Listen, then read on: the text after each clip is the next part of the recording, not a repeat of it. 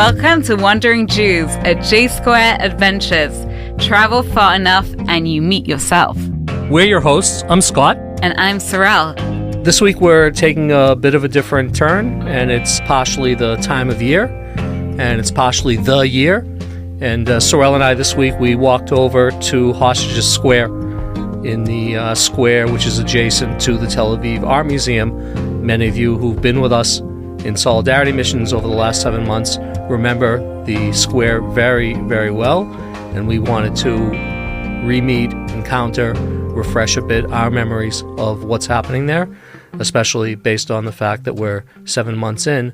I'm not sure we thought we would be at this stage, any of us, but here we are. You know, Scott, as an Israeli, we're on day 195. 195, almost 200 days since October 7th. And I really struggled with the idea of going to Hostages Square. You know, I reached out to you. You've been with solidarity missions. We talk about things being close to home. This is home, right? As an Israeli, this is our lives. This is real. This is raw. And I really struggled because I felt like I needed to go. At the same time, it was just so painful. In Israel, the idea of there being degrees of separation. You know, if you think about on LinkedIn, right? 3 degrees of separation. This entire country is 1 degree of separation. And that was my feeling. That was my feeling when I reached out to you. I asked you if we could go together. And you were like, sure. You know, I'm just in awe of you guys who are just bringing solidarity missions. I'm in awe of people who come on solidarity missions. I have many friends who joined, who participated, who felt the pain, who felt it was so important. It was like a mission and a calling for them to come together to comfort and be comforted. And this truly is that element. So, you know, we said we'd meet up at Hostages Square. I arrived, how late was I? 25 minutes late. I was walking from my husband's office in Tel Aviv, making my way with Google Maps as my guide. You know, I put in Google Maps, Hostages Square, nothing came up. So I realized that I'd need some help from people on the street. And Scott, I don't know if I told you this, it was the strangest thing. I asked 3 or 4 people, how do you get to Hostages Square? And they each told me a completely different place. They said, they knew what Hostages Square was, clearly. But I just expected it to be so front and center of people's consciousness that it would be the most obvious location and site to direct me to. So the fact that I was late in meeting you and the whole journey just to get there, it was like I was in my own daze, like I was going through in my head my own obstacles, my own mental obstacles that took me to Hostages Square. And, you know, I was actually walking for, I would say, an hour and a half when really, according to Google Maps, if I had done it correctly, and on the way home, that was what it was, back to Josh's office, it ended up being 30 minutes. So that was kind of like my journey getting there. And, you know, it being Tuesday afternoon. So I know that generally when the groups come, when there are a lot of people, when there are families of the hostages, when there are people who, you know, Israelis are coming from all different places, people who are on solidarity missions, they usually come, I think, in the evening, Saturday night. When I arrived and I met you, the first thing I did a double check. I knew I was in the right place, but was I in the right place? Because it was eerily quiet. Now, granted, it was 12 o'clock in the afternoon, scorchingly hot day, right? We've had quite a hot week here in Israel, scorchingly hot day. But what struck me straight away, and I am wondering the next time that I go, you know, they should just all be released and it will be coming from a different perspective the next visit. Not that I can imagine this being behind us for a long time. But when I was standing there at Hostages Square and I saw tents set up with the name of specific kibbutzim, Kfar Aza. And the first thing I thought of the tents was like, you know, in Judaism, when you're mourning, right, you're sitting for 7 days, you're sitting Shiva. And all I could think, I didn't know, you know, I presume that the people who were sitting in the tent, there were a few people when we met, but I would presume that they'd have some connection to Kibbutz Kfar Aza. They'd be sharing stories. But I saw the tent And then I saw this long table with all the chairs, each one representing another hostage. We're up to 133 hostages. I'm not sure if that's exact. I think that, there are different numbers, but we currently have 133 hostages still inside Gaza, still in captivity, and looking at that table. And then suddenly it struck me, well, October the 7th was Simchat Torah. And here we are, the table brought to mind Passover, Pesach, which is next week. And the Seder table, and Scott, I don't know if you saw me, like my jaw just dropped open. I was just standing at the table. It hit me. In Israel, you can't escape seeing the hostages are, very much front and center as a people. We're all, we talked about 1 degree of separation. We're all so interconnected. It's on bumper stickers. It's on bus stops. It's in the supermarket. We see, faces and it's in our consciousness. And chairs in each city, there are chairs along the main streets representing the hostages, But seeing that long table, Scott, I think that was what struck me the hardest. And that was my first time. You've been there as an educator. How many times?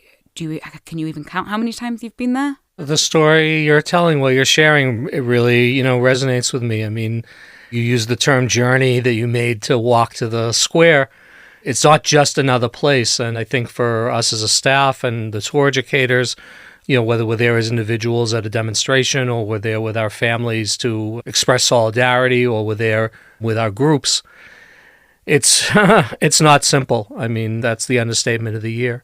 We go and we visit the table and we walk since January through the model of the underground Gaza tunnel, and we stand in front of the counting sign that ticks off the days from 1 to 10 to 20 to 195, and then we go home. And the families can't do that because it's with them 24/7. And so I know that the tour educators, we've all been dealing with this question of like how to be real, how to be authentic without being overwhelmed by the moment. And for me, that's been a big challenge. Do you share professionally. That with the groups? Depends. Do you share your own struggle? Yeah, it depends what the relationship with the group is. I mean, I find a lot of times, and people have seen me guide recently, know that there are certain times when I really have to catch myself and stop, and because I'm just overwhelmed by the emotion of the events that I'm talking about. But I also am very aware that I don't want to burden the people who I'm with and put my emotional baggage on them. It's not simple. It's definitely not simple. Listen, this is a situation which is unprecedented. I mean, yes, obviously Israel has had in the past prisoners of war. That's a totally different situation where soldiers who were captured by a foreign army were held in captivity. We had it in 1948, and we had it in every other war. We had the story of Gilad Shalit. We've had these stories. But when we talk about this story, October 7th, 240 hostages were taken into Gaza by a terrorist organization, and 133 of them are still being held there. So I recall that the president of the Israeli Academy of Arts and Sciences, Professor David Harel, he wrote in a letter at the end of October to his colleagues in the international academic community about October 7th. And he reminded them that if we talk about 1,200 dead and we talk about 240 hostages on October 7th, so we're talking about a situation which is analogous of 53,000 Americans killed in one day, and 200 captives being roughly equivalent to 7,000 Americans. It's unfathomable. And Jonathan Sarna, Deborah Lipstadt, major Jewish historians, I remember them writing right after October 7th, this has been the most murderous day for the Jewish people since the end of the Shoah, since the end of the Holocaust.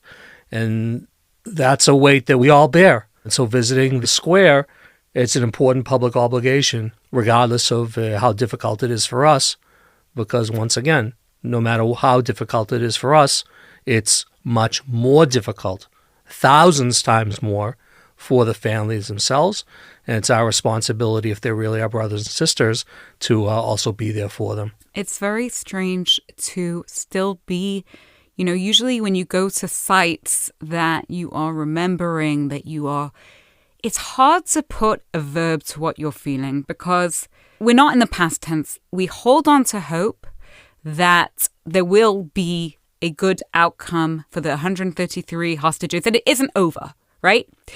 We hold on to hope. At the same time, we are grieving as a nation. So it's hard to put a verb to how we're feeling because in Hostages Square, one thing I can say, even though I was there on Tuesday afternoon when it was very hot and there weren't many people, but I got it.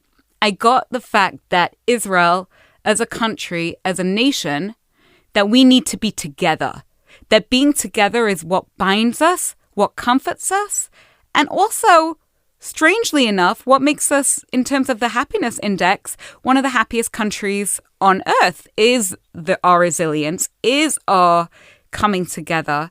Now, there can't be any happiness in this situation, but I did feel this sense of, okay, like this is my first time, it is quiet, but when everybody is together in this square, then there is some kind of structure for your feelings, even if you can't verbalize and articulate what you're feeling, because we're all feeling different things. And many different things inside one person, and the complexity in so many people's stories. I'm thinking about examples with the solidarity missions, and we've had around 50 solidarity missions who've traveled with J-Squared Adventures since October 7th. Synagogues and federations and Jewish organizations. How many? About 50. Wow. And it's really been quite incredible. I mean, among other things, I think a lot of us have felt, first of all, we take really seriously, our staff and the tour educators, the sense that people are coming not on a regular journey, right? But they're coming they use the phrase a lot of times, to bear witness. Mm-hmm. I know we've been using the phrase to comfort and be comforted. And I think that kind of plays off of what you're saying. We use these phrases, Jewish peoplehood and Klal Yisrael, the unity of Israel.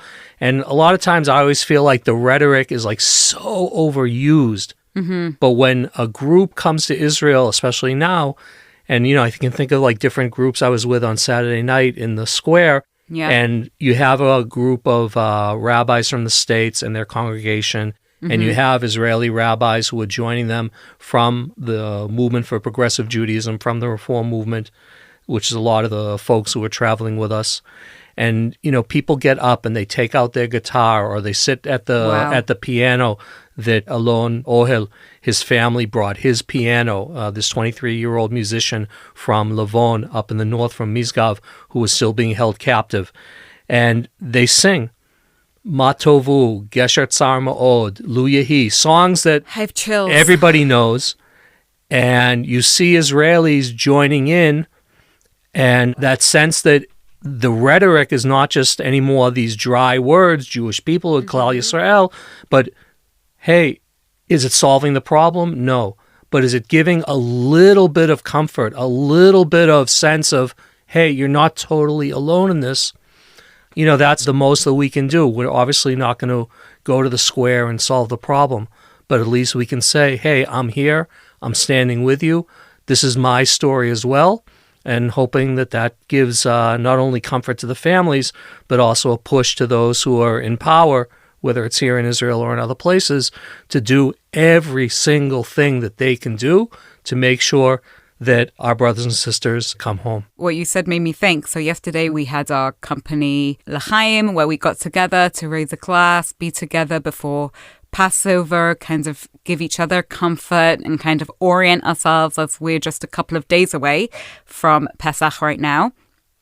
And one of the educators, I remember what he said. He said, in one of the groups that I led, there were people there who it was their very first time that they were in Israel, the participants. And I just can't fathom Israel, we're living it. And if you go on the streets, you do see resilience. You see restaurants are full, you see the streets are bustling, you do see life. And, the resilience is We're no stranger to hard times. This is definitely unprecedented in our lifetimes. And yet life continues. Life marches on. It's not October 7th. We're getting ready for Passover, and somehow we continue.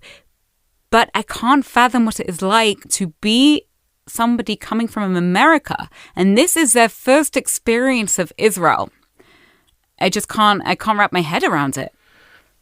Yeah, I think it's a very tough question, and I think it's also part of the new situation that we're in because right now 7 months following October 7th, we're going to be celebrating Passover, and in another few months we'll also come back to another Sukkot, and another Simchat Torah, and another October 6th, and another October 7th, and I think that the weight of this reality, it will be with us for decades to come.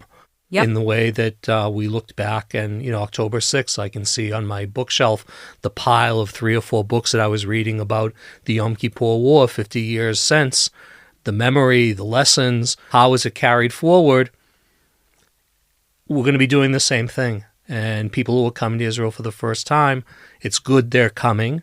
They're seeing a different Israel than they would have seen before October 7th, but I think part of the responsibility of us as not only as an educational tourism company, but as Jews, as Israelis, is the responsibility of sovereignty, which is, no, we don't candy coat. We celebrate what needs to be celebrated. We criticize what needs to be criticized. And when there's tragedy, we try to mourn in a way that gives comfort to those who are hurt the most. And we're in a time which is... it's okay to be uncomfortable. It's okay to be uncomfortable, exactly. And I think that that's something that, I think I'm wrestling with myself, like all of us, to one extent or another. But I think that's part of the lesson, if there is a lesson, about the visit to places like the Hostages Square, the Nova Music Festival site and massacre next to Kibbutz Ra'em, the visits that people do to Netiv Asara and Kfar Aza and Kibbutz Be'eri. There's no easy fix here. There's no words that one can say. It's not a Disney movie. It's not going to be okay necessarily. And it's interesting what you said about the words that people say because, my role at J Squared as a language expert, so I'm editing the itineraries, the content. So the words that we use bear witness in the itineraries, and I'm editing the itineraries. I'm saying to myself, I don't want this to be commonplace. I'm just used to this text. There's nothing normal about the situation. There's nothing normal about this being a topic of our podcast, right? But that discomfort, it has to be there. And I really want to thank you, Scott, because you encouraged me to go myself. I think it was important. I'm beating myself up that I didn't go until then. I think everybody processes differently. And I think there is no right and wrong. And each Israeli processes differently. And we're all just doing the best we can. And that's it. That's right. And I think that likewise, being with you, also being with some of the groups, people who are, whether they're visiting Israel for the first time or visiting for the first time since October 7th, it also casts these events in a new light for all of us, for us as Israelis. Yeah. And it reminds us of the unique, troubling, difficult, tragic moment that we're in, and also forces us to ask the question, how do we get beyond it? Because we have to reach a point eventually where, not that we're going to forget, but where we're able to gather our strength enough to be able to move ahead. And when you take a look at Israeli society, whether it's people who are going to reserve duty, men and women, whether it's people who are involved with so-called civil resilience and projects to assist the communities that have been destroyed, the communities that have been displaced, to provide opportunities for people who right now are in dire need of opportunities. This is what responsibility means. This is what sovereignty means. This is what peoplehood means. And again, is it easy? Is it simple? Optimism, someone once said, is thinking that everything's going to be okay. We know in Israel and in Jewish history that life is not a Disney movie. But we remain hopeful, apropos coming towards Passover now, because one, we don't have a choice. We can't give up. And we have to remain steadfast and know that what we choose today facing this situation is going to determine what life is going to be like in this country and in the Jewish world for our kids and our grandkids. And hopefully we'll do it in a way that leaves them the best possible future that we can offer them. And certainly in terms of the Seder night and Passover, it will not be a struggle to tap into some of the themes. And this Passover, unfortunately, we're going to be able to connect and just keep the freedom inside ourselves, where we live in this sovereign state, but wrestle with having 133 of our brothers and sisters from age, 1 years old to age 80, all there. That will be front and center for each of us, and we hold them in our hearts. Yep. And hopefully people will be home soon. That's all we can say. Amen. Amen. And we're continuing. And I'm here with Rabbi Don Goor. Don is a friend and a colleague and a mentor and a lovely person, and a mensch, most importantly. And I'm glad that Don is here to share with us a little bit about his own story and a little bit about his Something for the Road. Don, how are you doing? Thanks for joining us. Doing great. Thank you, Scott, for inviting me to share a little bit today with our audience. Definitely. Always a pleasure. Don, maybe let's start off by you sharing a little bit about your own story, because I just think that the team at J Squared Adventures is so unique, so unusual, and comes from so many different places. Each person really does have a story that they're bringing to the table that's really part of who we are as a company. Happy to share. I'm a Reformed rabbi, a California kid through and through. Grew up in San Diego, went to Berkeley, was a rabbi in Los Angeles for 26 years before I made Aliyah with my husband. We lived for 10 years in Jerusalem and now 2 years in Tel Aviv, where we're sitting and recording. And what are you doing here at the company? I'm the rabbinic liaison. I work primarily with rabbis and often with families or federations, making sure that their dreams for their trip come true and are realized when they're here on the ground. As we all are. Beautiful. And I have to ask, since also it's connected with your Something for the Road, you lived in Jerusalem for a long time. You guys made your home there. You recently moved to Tel Aviv, as you mentioned. How's it going? What's different? Jerusalem is a beautiful city, and I had deep connections. I went to high school for a year in Jerusalem and have friends from way back. But it's a fraught city. It's filled with tension between the different populations, and wasn't comfortable for us. As much as we loved the vibe and the city itself, moving to Tel Aviv has been a great move. It's a fun city. If you're an urban person, as we are, it's a great place to be. I ride my bike everywhere. I have a car that I hardly ever take out because, like New York City, there's nowhere to park it. And your Something for the Road is here in Tel Aviv itself.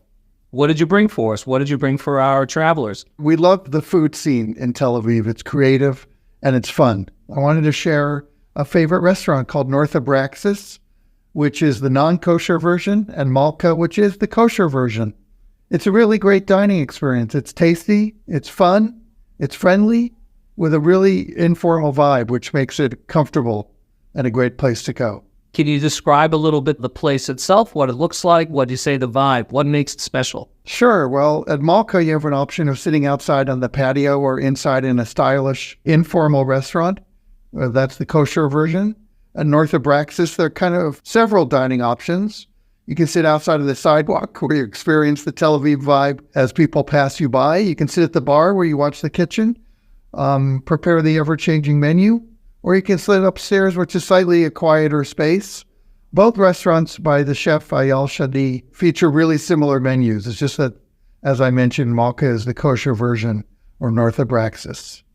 And Ayal Shadi, who was very well known in Israel, one of the, I would call him television celebrity chefs over the years, maybe even one of the very first, someone who really presents himself and presents food as an art, as a cultural experience. In my experience at the restaurants is very similar, really something which isn't just eating, but really is an event. It's really happening. Yeah, very much so. It's all kind of served family style, small plates, and they come out when they're ready. So it may not be the order that you expected. It is that fun experience where the server often sits down with you while she or he is taking your order. They'll bring you chasers along the way between courses, and they'll sit with you and make recommendations for cocktails, for wine, for food. It's really informal in that sense of Tel Aviv style.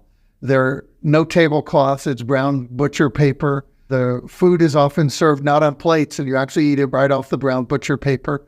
And instead of flowers or a centerpiece, his signature style is there's a fresh tomato in the center of every table.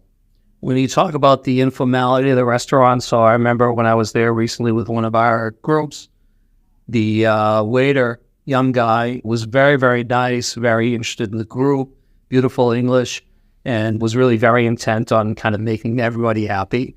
And at a certain point in the meal, really very towards the end, as people were drinking coffee, he asked me, could he speak to the group? And I said, of course, it's a free country still.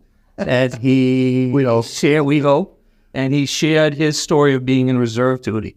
Wow. And for the group, it was just an insight into Israeli life and how everyone is involved, and people's sense, also appreciation for them for coming and being part of a solidarity mission during this difficult year. It really only added to the sense of the restaurant as, again, not just a place to eat, but as you're describing it, as a real cultural experience.